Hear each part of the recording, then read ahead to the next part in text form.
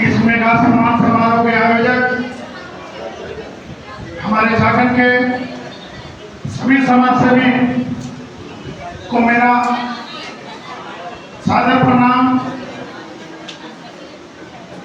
ये खुशी की बात है कि गया ऐसे शहर में इस तरह का सम्मान का समारोह नहीं किया जाता है। मैं आयोजक मंडली से आग्रह करता हूं कि आगे इसी तरह और भी बढ़ चढ़ के इस कार्यक्रम का आयोजन आप करेंगे। सभी समाज के लोगों से मैं आग्रह करूंगा कि इसमें सहयोग देकर आपके कार्यक्रम को भारी पैमाने पर बड़ा करने का आपको सहयोग किया जाएगा। सर्वप्रथम इस सभागार में मंच पर उपस्थित हमारे सभी सम्मानित साथी एवं सभागार में सभी गार्जियन एवं उत्तीर्ण हमारे छात्र एवं छात्राओं को दिल से मैं आभार प्रकट करता हूं कि इस धरती पर भगवान ने आपको भेजा है। भगवान ने कुछ न कुछ सोच के आपको भेजा होगा कि आप अपने जब जीवन में धरती पर जाएंगे तो आपको कुछ न कुछ अपने जीवन के लिए, अपने समाज के लिए, अपने परिवार के लिए, अपने राष्ट्र के लिए करना होगा। साथ ही शिक्षा का महत्व इसमें कहा जाता है कि शिक्षित होने का तात्पर्य कतई नहीं है। जो पूर्व वक्ता ने यहाँ बताया कि शिक्षित होने का तात्पर्य नहीं है कि आपको नौकरी करना है। शिक्षित व्यक्ति का महत्व यह होता है कि सर्वप्रथम अपने राष्ट्र के प्रति आपके मन में बोध हो, सोच हो कि हम एक राष्ट्र में रहते हैं तो अपने देश के प्रति मेरा क्या कर्तव्य बनता है, मेरे समाज के प्रति हमारा क्या कर्तव्य बनता है, हमारे परिवार के प्रति हमारा क्या कर्तव्य है। अगर इन सब मूल बातों से अगर दिल में आपकी है, अगर समझ है, तभी आप शिक्षित है। नहीं तो डिग्री लेके कोई व्यक्ति शिक्षित नहीं हो सकता। प्राचीन काल में हमारे यहाँ शिक्षा की प्रति गुरुकुल में हुआ करती थी और विद्या के क्षेत्र में नालंदा विश्वविद्यालय के नाम पूरे दुनिया में नंबर 1 में आता था। कहा जाता है कि व्यक्तियों में कि वहां के जो दरबार होते थे उस शिक्षा का साक्षात्कार सर्वप्रथम लेते थे। उसके साक्षात्कार से उत्तीर्ण होने के बाद ही विद्यालय में, हमारे विश्वविद्यालय में जो छात्र अंदर जाते थे उसके बाद पुनः उनकी परीक्षा होती थी। उसके बाद ही उस विश्वविद्यालय में उनका नामांकन हो पाता था। साथ ही समझ लिया कि जिस विश्वविद्यालय का दरबार इतना शिक्षित होता था कि जो जब तक आपसे साक्षात्कार नहीं लेता था तब तक अंदर में अंतिम परीक्षा देने के लिए आप उसमें भाग नहीं ले सकते। साथ ही हमारे देश को गुलामी की जंजीरों में था।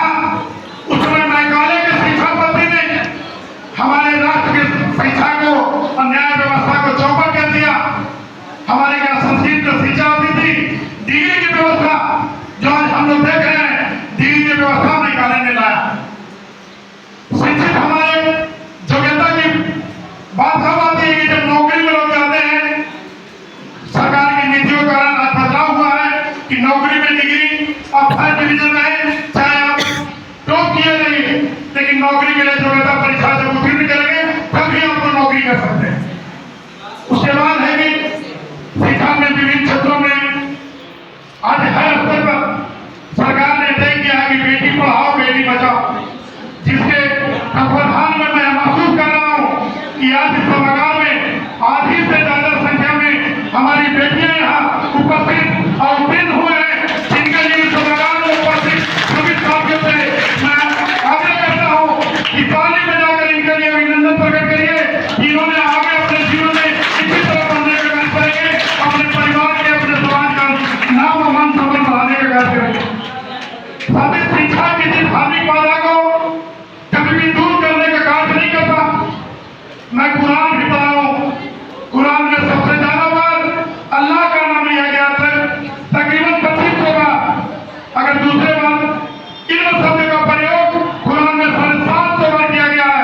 कुरान में भी बताया गया है कि शिक्षा का महत्व और शिक्षित होइए। शिक्षित जब तक नहीं होइएगा अपने समाज का विकास नहीं कर पाएगा। साथ ही हमारे यहाँ एक श्लोक है, विद्या ददाति विनयम, विद्या छात्र को विनय बनाती है।